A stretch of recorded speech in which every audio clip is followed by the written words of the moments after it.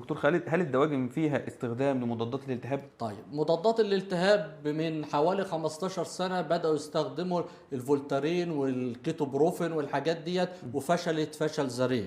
ليه؟ لأن استخدام مضادات الالتهاب عنده نوعين، اللي هو سترويدال انتي انفلاماتوري ونون سترويدال. سترويدال اللي هو الكورتيزونات، ونون سترويدال اللي هي الحاجات المشهورة، الديكلوفين والفولتارين والحاجات اللي هي الميلوكزيكام والسالسيليك اسيد والحاجات دي كلها.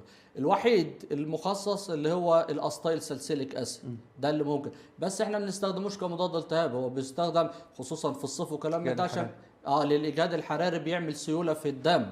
فبالاضافه الى هو ليه ده الوحيد اللي ممكن نستخدمه. لكن الكيتوبروفين، الفولتارين، الحاجات دي كلها بتشتغل على البروستاجلاندين. البروستاجلاندين دورها قليل في الانفلاميشن في الدواجن. يعني الدواجن فيها فيها بروستاجلاندين، بس دورها في الانفلاميشن قليل.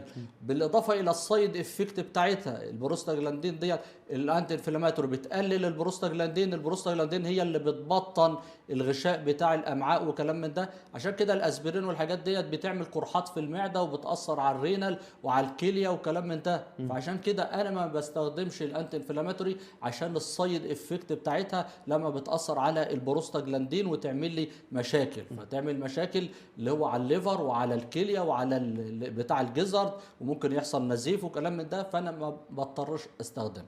طيب، معظم الامراض في الدواجن فيها التهابات. الكوليستريديا بتعمل التهابات، الميكوبلازما بتعمل التهابات وكلام من ده. فاحنا عايزين طريقه تانية اقلل الانفلاميشن، بس ابعد عن البروستاجلاندين وعن الانتي انفلاماتوري. ففي احماض امينيه، خصوصا الحمض الاميني الجلايسين، ده بيشتغل على حاجه اسمها كلورايد تشانل.